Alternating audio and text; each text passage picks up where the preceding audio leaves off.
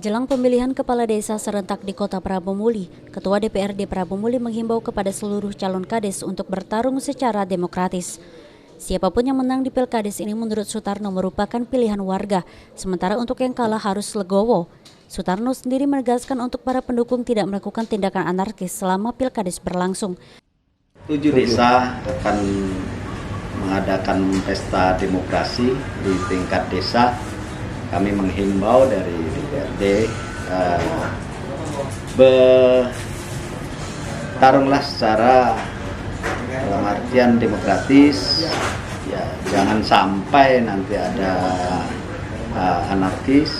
Jadi siapapun yang menang itulah pilihan rakyat, dan juga siapapun yang kalah artinya juga harus legowo. Setidaknya ada 7 desa yang mengadakan pesta demokrasi Pilkades, yaitu Desa Tanjung Menang, Tanjung Telang, Karangan, Sinar Rambang, Jungai, Kemang Tanduk, dan Desa Karangbindu.